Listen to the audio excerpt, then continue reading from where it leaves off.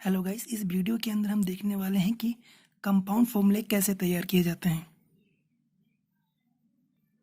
तो गाइस, जैसा कि आप देख पा रहे हैं, मैंने यहाँ पर एक कंपाउंड का नाम लिख दिया है जिसका नाम है मैग्नीशियम क्लोराइड। तो चलिए देखते हैं मैग्नीशियम क्लोराइड का फॉर्मूला कैसे तैयार किया जाता है। तो गाइस, कंपाउंड का फॉर्मूला बनाने के लिए सबसे पहले हमें पता होना चाहिए कि सिंबल्स क्या होते हैं।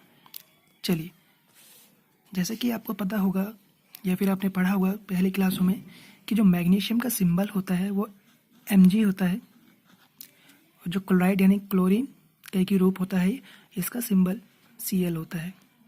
चलिए, इसके साथ साथ सिंबल के साथ साथ हमें पता होना चाहिए कि इन एलिमेंट्स की बैलेंसी क्या होती है। जैसे कि मैग्नीशियम की बैलेंसी +2 होती है, और जबकि जो Cl होता है इसकी बैलेंसी -1 होती है। अगर आपको ये बात नहीं पता होगी तो कोई बात नहीं, मैं इसके लिए भी आपके लिए एक अलग वीडियो बना दी जाएगी। चलिए, अब हम क्या करते हैं, ये जो बैलेंसी है, बैलेंसी की इन एलिमेंट्स के साथ आपस में क्रॉस मल्टीप्लाई कर देते हैं। जैसा कि आप देख पा रहे हैं, ये जो +2 है इसकी मल्टीप्लाई Cl के साथ हो जाएगी, और ये -1 की मल्टीप्लाई Mg के साथ हो जाएगी। चलिए, तो जब एक की मल्टीप्लाई Mg के साथ होगी तो खाली Mg ही आएगा, और जबकि Cl की मल्टीप्लाई 2 के साथ होगी तो ये MgCl2 हो जाएगा। गाइस, ये फॉर्मूला होता है मैग्नीशियम क्लोराइड का। अब गाइस, आपके मन में एक प्रश्न आ रहा होगा कि यहाँ ये प्लस में है और ये माइनस में। तो गाइस, ये जो प्लस और माइनस है ये खाली ये रिप्रेजेंट करता है कि जो ये एलिमेंट्स है ये मेटल है और ये नॉन मेटल। मल्टीप्लाई में इससे कोई फ़र्क नहीं पड़ता, मल्टीप्लाई में इन्हें पॉजिटिव बीम ही लिया जाता है। चलिए गाइस, आगे कुछ और कंपाउंड देखते हैं। आपके सामने मैंने एक कंपाउंड का नाम लिख दिया है जिसका नाम है सोडियम नाइट्रेट। चलिए, सबसे पहले की तरह हमें क्या करना है कि इनके सिंबल से इनको दर्शाना है। तो जैसे कि आपको पता होगा, सोडियम का जो सिंबल होता है वो Na होता है, और जो नाइट्रेट का फॉर्मूला होता है, बिकॉज नाइट्रेट एक पॉली एटॉमिक एटम है, तो जो नाइट्रेट का होता है मतलब वो NO3 होता है। अब दूसरा काम आपको पता है, ये होता है कि इनकी हमें बैलेंसी रिप्रेजेंट करनी होती है। तो सोडियम एक मेटल है तो इसकी बैलेंसी जो होती है वो प्लस में ही होती है, तो इसकी बैलेंसी +1 है। जबकि हम बात करें नाइट्रेट के बारे में, तो नाइट्रेट की जो बैलेंसी होती है वो -1 होती है।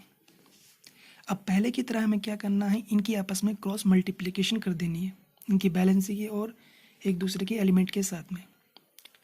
तो जब मैं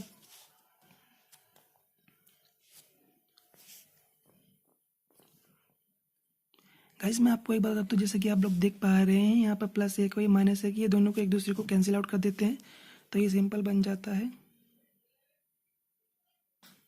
सोडियम नाइट्रेट NaNO3।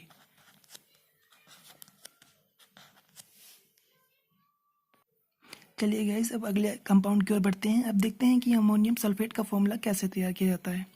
तो पहले की तरह सिंपल हमें क्या करना है, इनके सिंबल से इन्हें रिप्रेजेंट करना है। तो जैसे कि आपको पता होगा, जो अमोनिया होता है इसका फॉर्मूला NH4 होता है, या फिर सिंबल ही बोल सकते हैं, और हम सिंबल ही बोल सकते हैं। और सल्फेट के बारे में हम बात कर रहे हैं, तो जो सल्फेट होता है इसे हम रिप्रेजेंट करते हैं SO4 से। अब दूसरा काम हमारा ये होता है कि हमें इनको बैलेंसी शो करनी होती है।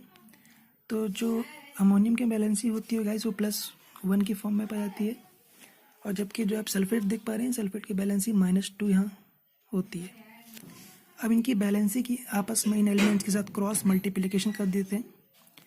चलिए, क्रॉस मल्टीप्लिकेशन कर देते हैं, यानी कि -2 की मल्टीप्लाई NH4 के साथ कर देते हैं, और SO4 की मल्टीप्लाई +1 के साथ कर देते हैं। चलिए, तो NH4 की मल्टीप्लाई कुछ इस प्रकार से होती है, ये होल ट्वाइस हो जाता है, पूरे का हो जाता है। और SO4 जाहिर सी बात है +1 बैलेंस ही है, तो SO4 आप लोग देख पाएंगे सिंपल एज इट इज ऐसे ही आ जाएगा। तो मैं उम्मीद करता हूँ गाइस आपको ये वीडियो अच्छा लगा होगा, और आपको ये पूरी बात समझ में भी आई होगी कि कैसे कंपाउंड के फॉर्मूले तैयार किए जाते हैं। कंपाउंड के फॉर्मूले को तैयार करने के लिए गाइस सिंपल सी बात है, आपको इनके सिंबल पता होने चाहिए, और दूसरी बात, आपको इनकी बैलेंस ही पता होनी चाहिए। Thank you guys.